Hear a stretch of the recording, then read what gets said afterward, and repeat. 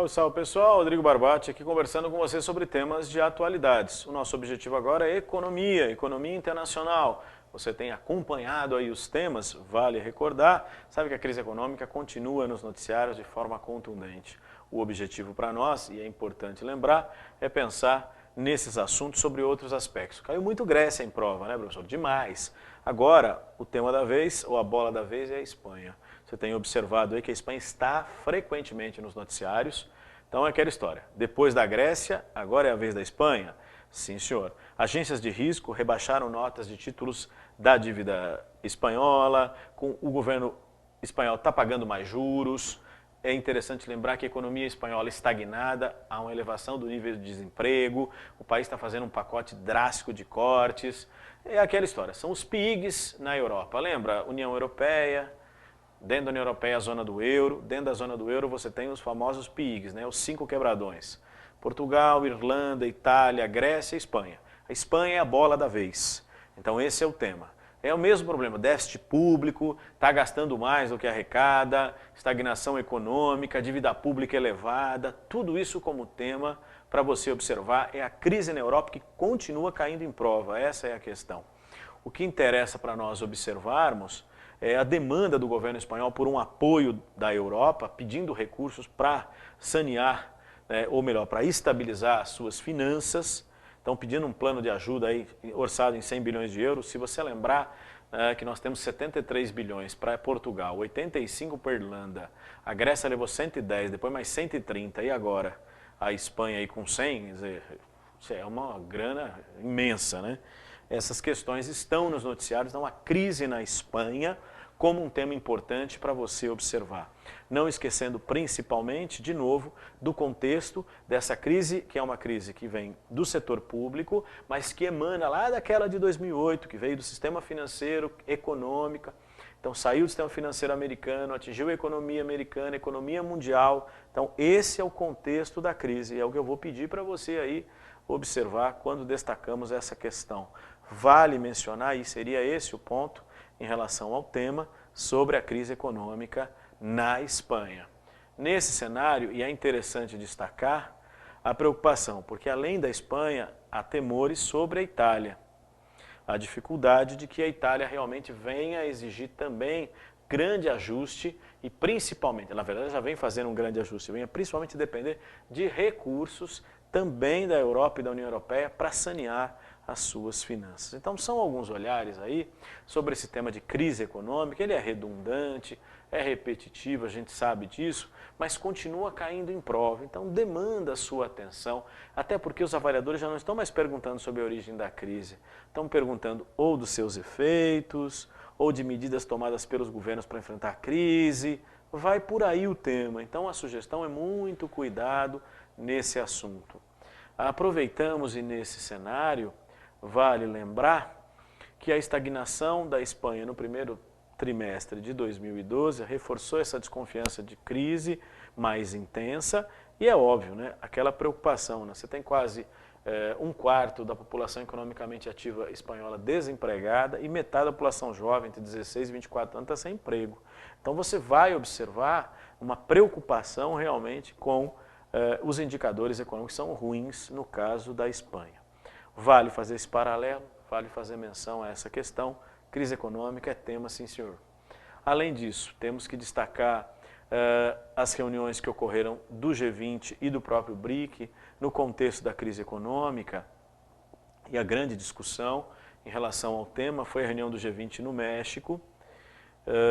Lembrando que o G20 é aquele grupo de países emergentes e ricos que se reúnem anualmente, e aquela discussão do tema, ou seja, recuperar a confiança do sistema financeiro era uma demanda, na outra impulsionar o crescimento para recuperar as economias. Na verdade, quando você olha o cenário do G20, o problema está nos países ricos, né? Você pegar a Europa, Estados Unidos e Japão, que apresentam graves problemas nesse momento, economias estagnadas em dificuldade, ao passo que o G20 apresenta números interessantes de crescimento, porém impactados pela crise econômica também.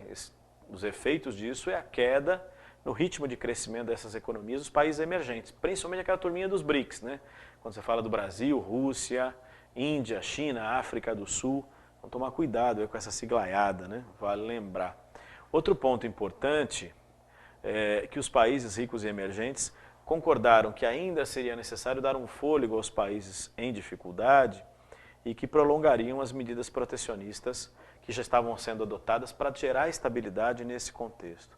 Então é interessante pensar essa questão, porque ela lembra assim, efeito concreto. O avaliador poderia perguntar de G20, ou poderia perguntar dos efeitos, ou das decisões, ou dos temas tratadas na reunião.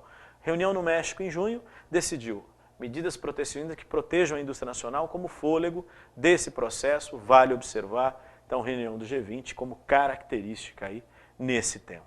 Fica para você como referência, é importante lembrar, então, de se fazer essa distinção.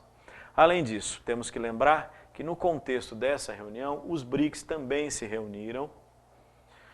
Quem é BRICS mesmo, professor? A elite dos emergentes, os 5 estão aqui para você, Brasil, Rússia, Índia, China e África do Sul, e aceitaram o pedido do Fundo Monetário Internacional de mais dinheiro para enfrentar a crise.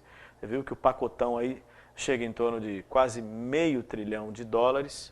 Nesse sentido, 83 vem dos BRICS, tem 456, 83 dos BRICS.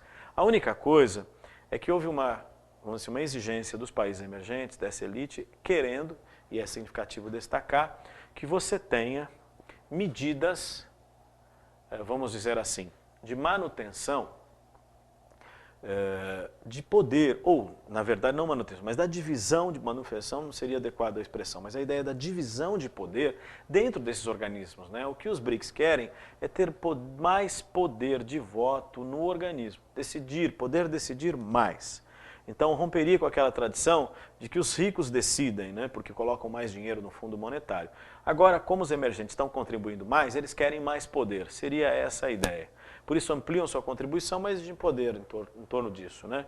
Então, para que você possa visualizar, fica da seguinte forma: aumentar o peso dos países emergentes dentro do organismo financeiro. Essa é a ideia. Então, dentro da reunião do G20, os 5 se reuniram com representantes do FMI, né, principalmente com a diretora-gerente, a Christine Lagarde, falou: a gente vai botar dinheiro, mas queremos mais votos, mais peso, participar mais. Ou seja, não é só uma questão econômica, é uma questão política, né? Vale observar. E essa seria também uma referência sobre o tema.